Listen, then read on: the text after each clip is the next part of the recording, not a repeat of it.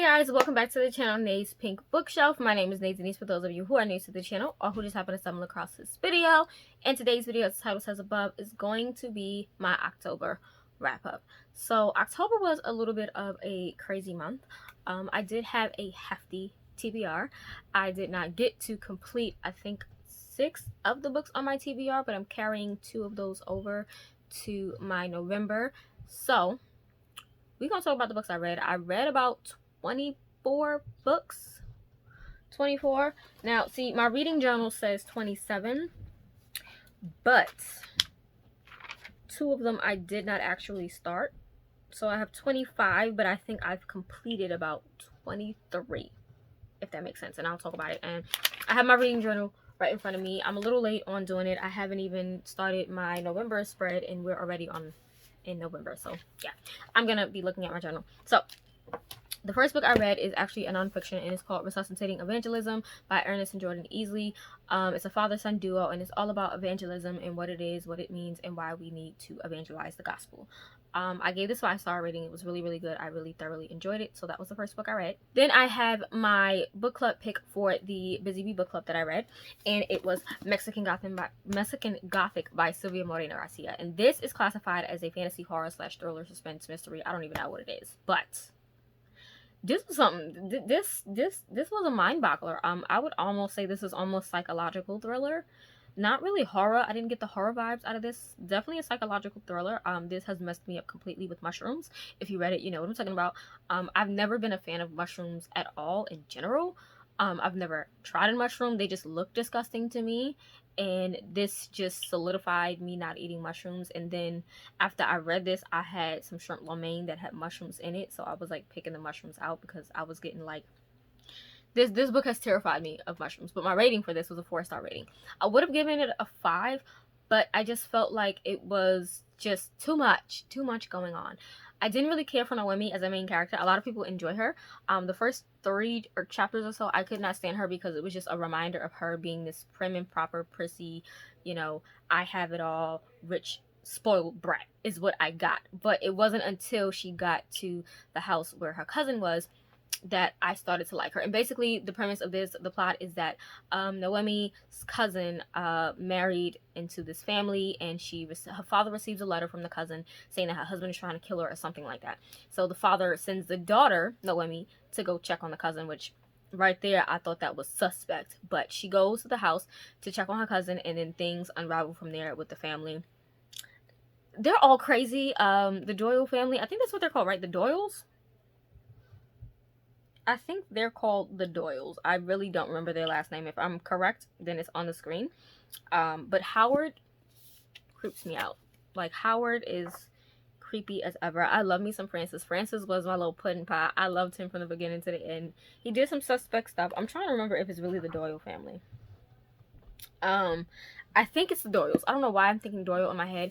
But the cousin's name is Catalina. She is interesting, little ditzy. Virgil and Howard, however, are like the 2 characters I could not stand. Like, they irritated me so much. But I did enjoy this, and I love Silvia Moreno-Garcia's writing. This was the 2nd book that I read from her, but I've now read 3 books from her because I did read another book from her. So this was a 4-star rating. Next, I read a graphic novel, or a comic book, excuse me. A graphic novel, comic book, don't know what you're going to call it, but it's called Just So Happens by Fumio Obata. It's a graphic novel, that's what it says, graphic novel. And I gave this 3 stars. As much as I enjoyed it, I felt confused about the plot, which is why I gave it a 3 stars, because I didn't get it.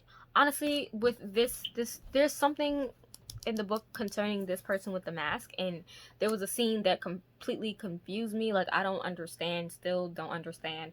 But it was a quick, fun read, so 3-star rating. Then I read The Bride Test again. It was a reread for me, 5-star rate. Will forever be a 5 stars. It's contemporary romance. This is the 2nd book in the Kiss Quotient trilogy. This follows Kai.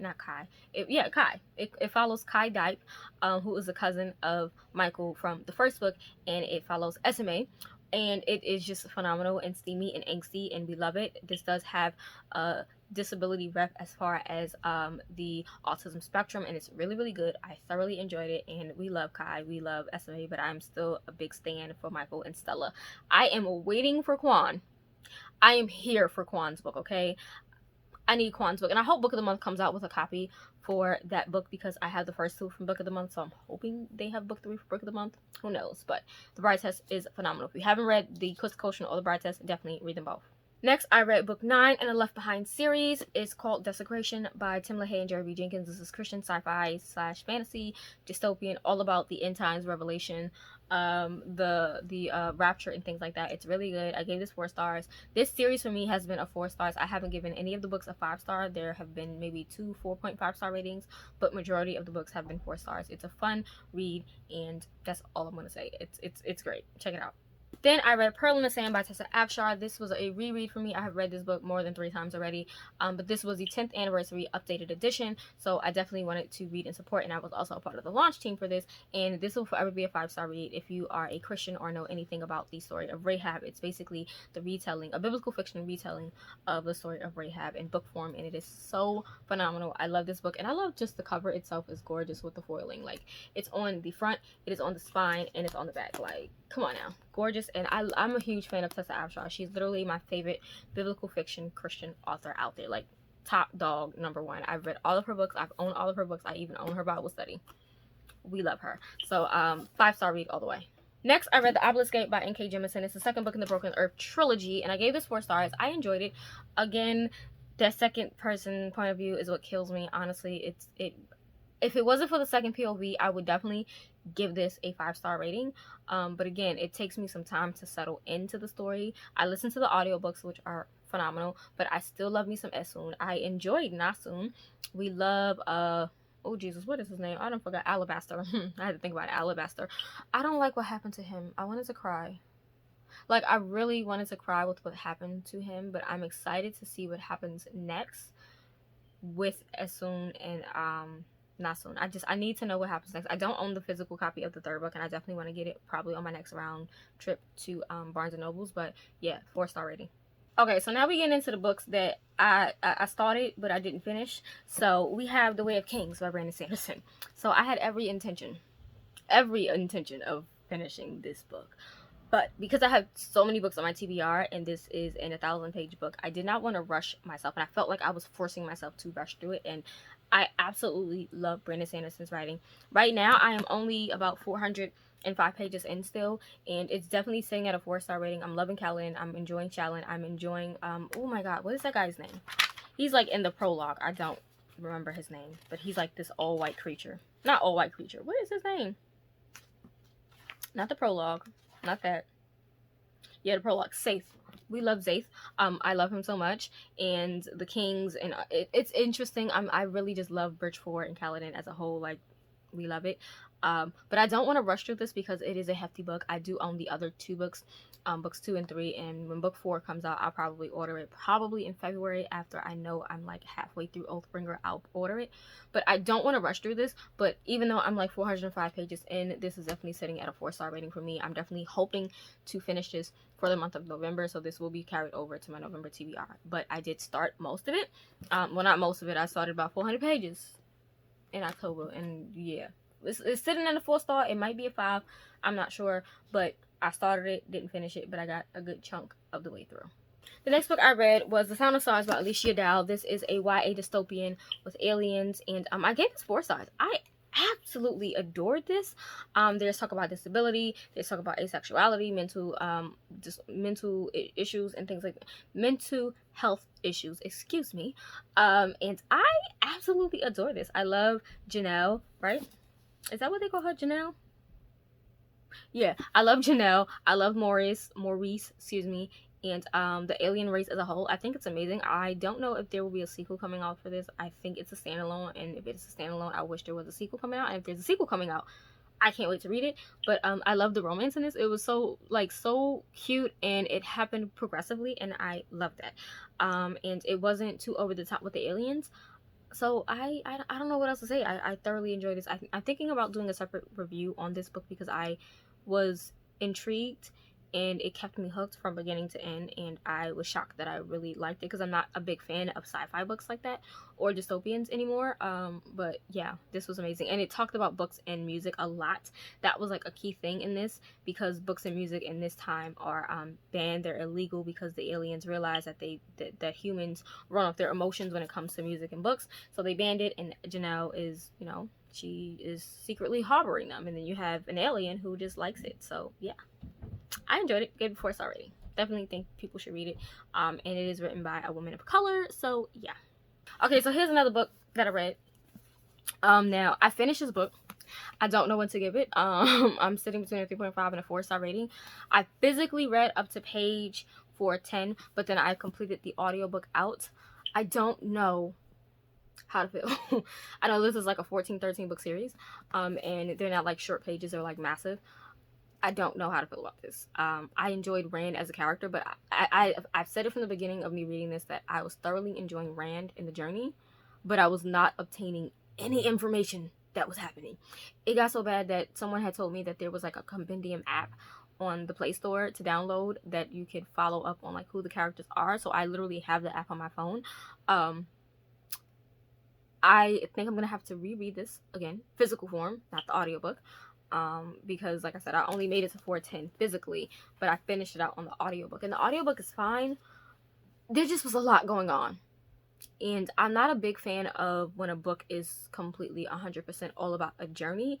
I don't mind journey aspects, but when the story is literally surrounded around a journey, I get lost. So I don't know if I'm gonna give this a 3.5 star or 4-star rating. I enjoyed all the other characters. The only main character I really remember is Rand. So I don't know. So I might just say a 3.5 star because I'm not sure if it's a 4, but I'm going to definitely reread this over sometime next year, because I don't know. I know that Erin started the Wheel of Time read along where she was gonna read the first 3 books, and I'm not doing it this month. So November I won't be reading the sequel because I don't remember nothing that happened in this book. So I'm going to reread this in 2021. But right now I'll say it's a 3.5 star rating. I finished it though. Okay, so another book that I started and I didn't finish. So I got to page 451 in this book. Yeah, I got to page 451, but then I had to take it back and go back to page 312 because I feel like those 100 pages that I read went over my head, and I was rushing to read it for the read along for the live stream, the live show that Monet as well, Life as Monet and Aaron from Booked and Busy were hosting. And yeah, I'm thoroughly enjoying this book though. I will say I'm thoroughly enjoying it. I'm loving the characters, I'm loving the plot, I'm loving the action and drama, but I had to go back to page 312 because those 100 pages I read went over my head completely. So it's Legacy of Ash by Matthew Ward. I know the sequel's out already, or it's coming out this month. Legacy of Steel, and they'll also be reading that, but I don't want to force myself through it. I'm definitely enjoying it right now. I'll say it's a 4.5. We'll see how it ends, but this is, like I said, a 100+ page book, and I didn't want to rush through it because I put so much on my TBR for the month of October. So like I said, I made it to 451, I think it was, but I went back to page 312 just because I don't want to like forget anything. And I am annotating as I read because it's a hefty book. So yeah, it's good though. It's military fantasy, and it's real military political fantasy. I'm enjoying it a lot. I'm enjoying the characters, and yeah, it's interesting. So we have this book. So from there, I read The Girl Behind the Red Rope by Ted Dekker. This is a Christian suspense written by Ted Dekker and his daughter Rachelle Dekker. And I have previously read it, gave it a 5-star, but upon second reread, I did go with a 4.5 only because those thriller aspects did not come, like they weren't as thrillery, if that makes sense to me. Like I didn't feel as many thrills as I did the first time reading it. This follows a young girl named Grace who is basically somewhat in a cult in a sense, and they are deep within this forest. They have to stay behind the red rope. They cannot go beyond the red rope. The red rope protects them from the outside world, and they believe that the rapture has come. It's the end of the world, and they are safest within there. And it isn't until her brother steps outside the red rope that she begins to question things, and it really focuses on our fears. It is a Christian fantasy, so it does have some talk of the Bible and God and Christ, but it's not like in your face. You don't get mentions of Jesus or anything like that, but it's definitely a really great book. I did do a reading blog on my Christian channel, so if you guys are interested in checking out my reading blog, you click the I to go to that video. But I gave this a 4.5 upon reread, but it's definitely 5-star worthy. I thoroughly enjoyed it. Okay, so then I read a graphic novel. I read I Hate Fairyland, Volume 1. And this was funny. What did I give it? I gave it a 4-star rating. I cracked up the whole time. I thought it was funny. I think the graphics is amazing. The storyline is amazing. And the ending cracked me up with the queen. I didn't know what else to do but crack up. So I definitely will be reading on with the series. It was phenomenal. So I gave that a 4-star rating. Then I read the Jungle Book Manga Classics, and I gave this 4 stars. It's good for those who have read the Jungle Book already and know the story. I think if you are new to the Jungle Book, you might not want to read this because the graphics aren't the best. And I feel like you would do better watching the movie rather than reading the manga, if that makes sense. So we have that. So going back, we have The 100,000 Kingdoms by N.K. Jemisin. This book blew my mind. I went into this knowing nothing. I knew that it was a fantasy. It dealt with gods and goddesses. That's all I knew. And this was pretty darn good. I gave this, I can't even remember, 4 stars. Yes, I gave it a 4-star rating. This is the first book in the Inheritance trilogy. I will be picking up the other 2 books to read because it was really good. But it follows Yene, and Yene is she is the daughter of I don't even know how to describe it. Her mother was a part of the sky, in a sense, and her father is more of a barbarian. They were not supposed, it's like a forbidden romance where they have Yene and she's treated as an outcast among all of her people, so she doesn't really know her place. And then she goes to the sky to her grandfather to be claimed as an heir, but she's only claimed as an heir to pick an heir, if that makes sense. It's a whole lot to the story. You gotta read the plot, the book to understand what I'm saying. But she's claimed as an heir by her grandfather to actually pick one of the heir because there has to be 3 heirs, blah blah blah. But then she comes across these different gods. You have the Night Lord, you have the, I call him the Sun Lord. That's probably not his name. I can't remember his name. I'm going to call him Sun Lord right now, but that's not his name. It's on the screen. But you have the Night Lord. And there's a lot that goes on. And there's reincarnation and the different gods. There's several gods. It's just so good. I thoroughly enjoyed this. And that ending gave me life. So I need to continue on and figure out what's happening next for Yene and the Night Lord and all the other people because I need to know. I need to know. So yeah, this is one of those books where you don't want to know what's going on because even if you know what the story is about, you're still going to be confused up until the end. So yeah, it's weird, but I loved it. And the writing style is definitely unique to N.K. Jemisin. There were parts in this book where I was just like, who's speaking now? I'm confused on what this I is, but then it all comes together towards the end. So that's the reason why I gave it 4 stars. Just because her writing, I love her writing. Like, once I get used to her writing, I'm engrossed in it. But it is a little confusing. So, I think that's just her writing style in general. But, yeah, this was really good. Really, really good. Then I read this book here. This is a graphic novel. It's called Quincredible, Volume 1, Quest to the Best. I gave it a 3.5-star rating. The art was cool. The story was okay, but I didn't care. Like, I really did not care about the characters, so that's why I got a 3.5-star rating. Nothing else to say about that. Then I read A Dream So Dark by L.L. McKinney, which is the second book in the Nightmare verse, and I gave this 4-star rating. I thoroughly enjoyed this. I love Hatter. I love Allie. I don't know why I say Alice. I love her. Her best friend is the GOAT. Like, yes, I love her best friend. I love her mother. I think what I love the most about this series, this trilogy, is that it is so real and authentic. Because her mother is involved, and her mother does not take, she don't play, okay? She a black mama, and I love her mother to pieces. Like, this just, it's amazing. I cannot wait for the 3rd and final book to come out, and I'm excited. I'm glad to have read this. And if you guys don't know what it is a Alice in Wonderland retelling, but with a black cast of characters, and, you know, black mama and everything like that, and we love to see it. So yeah. And I just realized that Chess is really supposed, I don't know if he's supposed to be like the Cheshire Cat in a sense with his name, but yeah, somebody tell me, because I know you have Hatter, you have Hatter's homegirl, which I can't think of her, I think her name is Maddie. You have Maddie, and the only thing I can think of with Chess is him being Cheshire but named Chess. The whole situation with the Red Queen and the Blood Red Lady, or whatever they call her, that blew my mind. But I enjoy this so much, and I love that there is a variety of cultures seen within this book. It's not just white people, it's not just black people. You have European people, you have Asian people. Like, I thoroughly enjoy this book so much. So yeah, 4 stars. So then I read the very much so polarizing book on booktube, and that's Serpent and Dove by Shelby Mahurin. And I gave this 4.5 rating. I love Lou and Reed so much. The reveals with Lou and Reed was insane. What was going on with Lou and her mother, I don't understand. Finding out who Lou's father was, no words. Reed's mother, what?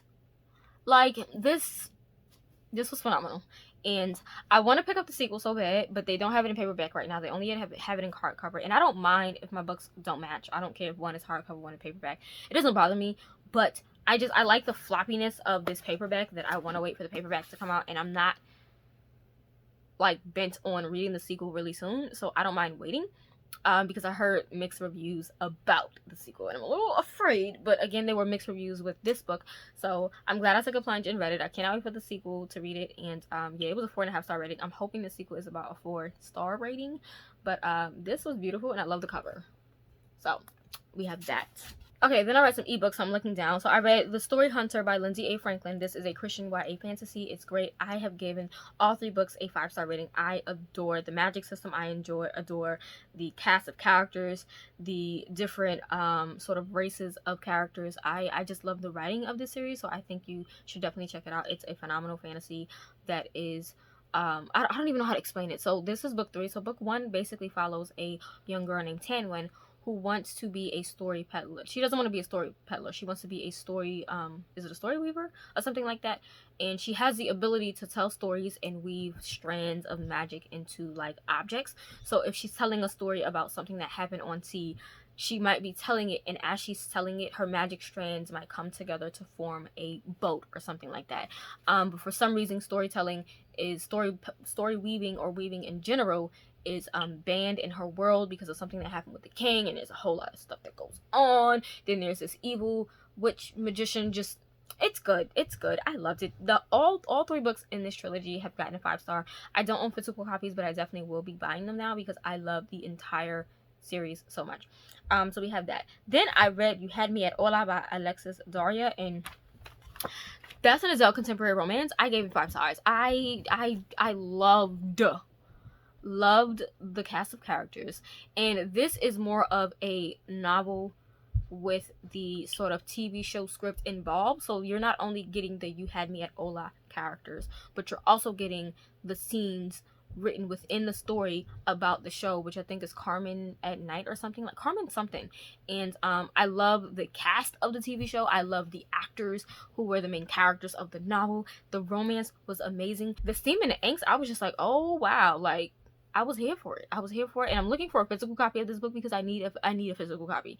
This is like one of those romance books that I feel like I could definitely reread over and over and over again, so maybe once or twice a year, because it is so funny, it is so amazing, it's written well, and it keeps me intrigued. And it doesn't just have the cast of characters, but you also have the cast of the characters that they're playing in the show written within the book. So good. If you have not read it, definitely check it out. And if you don't want to read it, the audiobook is phenomenal. I read the audiobook while listening. I read the ebook while listening to the audiobook. Mind blown.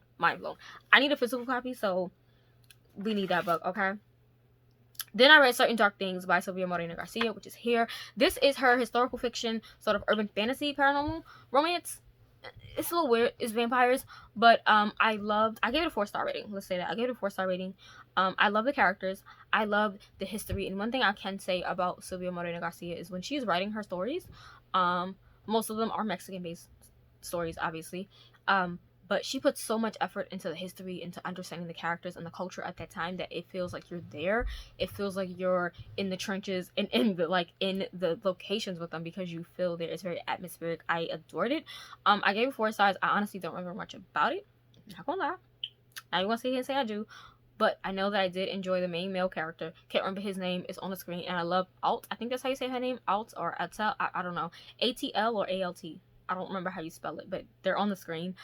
They were very interesting group. Not group, but they were a very dynamic cast of characters. Complete opposites, but very, like, they worked well together, if that makes sense. I hope I'm making sense. But yeah, we have that. So then I read 9 by Rachelle Dekker, which is the daughter of Ted Dekker, and I read The Girl Behind the Red Robe earlier in the month. So I definitely wanted to read this because this is a standalone novel, but it does have connections to the first book, which is why I reread The Girl Behind the Red Robe, and I gave this a 4-star rating.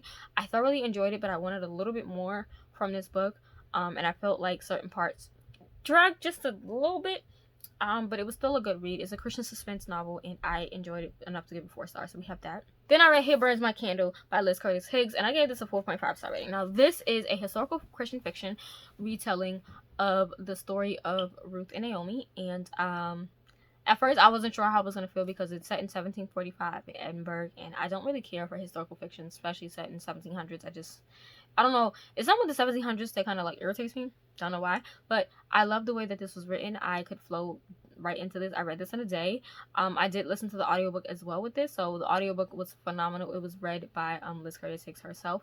And I enjoyed the characters. This follows Elizabeth Kerr, Lady Elizabeth Kerr, her mother-in-law, the Dowager, what is her name? Marjorie Kerr. Her husband, who is the Lord Heir, Donald Kerr, and the brother-in-law Andrew Kerr and his wife Jeanette Kerr, and it follows them in Edinburgh at this time, and there is sort of a mini war going on with the Highlanders versus the Lowlanders, and Elizabeth is a Highlander by birth, but by marriage she's a Lowlander, so her people are trying to infiltrate the Lowlanders, and it's this whole war between which king is the rightful king and things like that. If you read the book of if you have to understand the Bible to understand most of it, but even if you're not a Christian, it's still easy enough to read. There is scripture involved in this. You will get scripture references. But again, if you're not a Christian, if you don't read the Bible, it's okay. You can still read this because it's still easy to follow with. But yeah, Elizabeth is such a strong woman. She deals with a lot of stuff concerning her husband, concerning her mother-in-law, concerning her sister-in-law. And I don't like the way people treated her. But I can't wait to continue on. This is only a duology. So I do own the second book, which is Mine. Mine is the Candle, or Mine something. I can't even tell you. What's the sequel name? Mine is a Night is the sequel. So it's only a duology. I do own it. So I am going to be reading it soon. But yeah, this was phenomenal. It shocked the mess out of me. I thoroughly enjoyed it. So I gave it a 4.5 star rating. Then I read some more ebooks. So I read The Jumbies by Tracy Baptiste. It is a middle grade fantasy horror. I listened to the audiobook for this as well. I did give it a 4 stars. The audiobook was really easy to fly through. And the stuff that went down, Corinne, the truth behind Corinne and what she was and who she was and her mama, and just, oh yeah. So I need a physical copy of this. I do own the ebooks of it, but I think I want physical copies because it was really good. Gave it a 4 star rating. After that, I read 3 sort of graphic novel manga. So the first manga I read was The Time I Got Reincarnated as a Slime, the Trinity Tempest Volume 1. This I gave a 3.5 star rating to. I love the actual like anime The Time I Got Reincarnated as a Slime. I love Rimuru. I think that's how you say his name. I love him as a character. I love the people that he was working with. But this did not focus on him at all. It focused on a new set of characters, and they were cool. But I just didn't care. I wasn't invested in those new characters. Like, I wanted the old characters, and when they did pop in, I was like excited. So didn't really care. So I give it a 3.5 star rating. If you've seen the anime, it might be a fun, read to check out, but I've seen the anime and I don't care for these new characters. So yeah, we have that. Then I read Dryad Volume 1, gave it a 3.5 star rating. I did not understand anything that was going on. No, I'm not gonna lie. The art was beautiful. The story was nice, but the plot confused me. I don't know. So I gave it a 3.5 star rating. And then I read The Witch and the Beast, Volume 1. All of these I got from that gallery, keep in mind. But I also gave this 3 stars. I did not care. It wasn't until I got to page like 1 something that I wanted to give up on the book. And it was only like 200 pages long. And I wanted to DNF it. I honestly did, but I pushed through because I don't like to honestly DNF books. But I pushed on through and read it. So, yeah, I gave it 3 stars because I did not care. It was like the first chapter was cool, but then it kept going on. I'm just like, what more is there? Like, you solved the issue. You figured it out. Why are you still going? Like, I don't feel like it needed to be 200 and some odd pages. You could have just left it at like 120. I'd have been good. But they kept going and adding, and I did not care. Honestly, I didn't. But, yeah. So, that is pretty much it for my wrap-up. It was pretty good. month for reading. A lot of the graphic novels and mangas I read were the 3-star, 3.5-star ratings, but the actual novels that I read were all 4 and up, which is great for me. So yeah, I didn't get to all of them. The books I didn't get to were Carry On. I couldn't get to that. Dear Haiti, Love Elaine, I didn't get to that, but that's because my audiobook came in late from the library, so I will be pushing that over to November. I did not get to Black Leopard, Red Wolf. And then I didn't get to Ninth House, and I didn't get to Home Before Dark. However, I did start Home Before Dark already. There are no words. It's probably going to be a 4-star rating depending on how the last 100 pages go, because I'm just mind blown right now. But yeah, I carried over Home Before Dark. I'm carrying over Dear Haiti, Love Elaine. I had to remember the name. And I'm carrying over Ninth House into November. So those are part of my November TBR. As far as Carry On and Black Leopard, Red Wolf, I'll probably just read those whenever I feel like it. I'm not, you know, feeling the push to read it right now. But pretty good month. I had a lot on my TBR that, you know, I am a little mad I didn't get to. But my goal is to always read over 20 books. And I'm trying to get to the habit where I can just read 1 book a day. I might do that as a challenge one day. Like pick 30 books for a month and just read 30 books in a month and see how that works out. I know that I definitely could do it, but with virtual learning, it was a little hard for me to do this time around, but I pretty much did a good job. As far as all of my readathons and things I was a part of, so Bookopoly I did do. I did row 1, which was PLC rep. I read the Obelisk Gate. For row 4, I did Read a Sad Book, which just so happens by Fumio Obata. Row 5 was Legacy of Ash, most recent purchase. I had to read for that. And then row 6 was a small book under 300, which I Hate Fairyland. The only 2 books I didn't get to was Ninth House and Fortuna Sworn. I might just push over Fortuna Sworn as well. As far as the Supernatural-a-thon, I completed them all except for Ninth House, Carry On, and Home Before Dark. So those are the only 3 books I didn't complete. For the Black SFF-a-thon, the only book I didn't read was the Black Leopard, Red Wolf, which was great. So I completed 8 of the 9 prompts. And then for the Shortathon, the only one I didn't read again was Black Leopard, Red Wolf. So I completed 7 of the 8 prompts. And then for the Sherlock-a-thon TBR, which is still going now until November 15th, I just didn't read Black Leopard, Red Wolf. So I completed 5 of those 6 prompts. So I did pretty good. I didn't finish everything I wanted to finish, but I still did enough. And I'm going to finish this journal up actually really soon. So I only have this many pages left, which is going to basically get me through November and possibly December. And then I'm going to do a completely new journal for the year of 2021. And I'm excited. I'm really, really excited. I'm excited that this is almost done and I can look back on this for like reviews and stuff like that. But yeah, that is it for my wrap up. Sorry this video was too long. I hope you enjoyed the books that I read. If you read any of these, let me know. If you have any recommendations, let me know. And yeah, that is it. So I'll see you guys in the next video. Bye.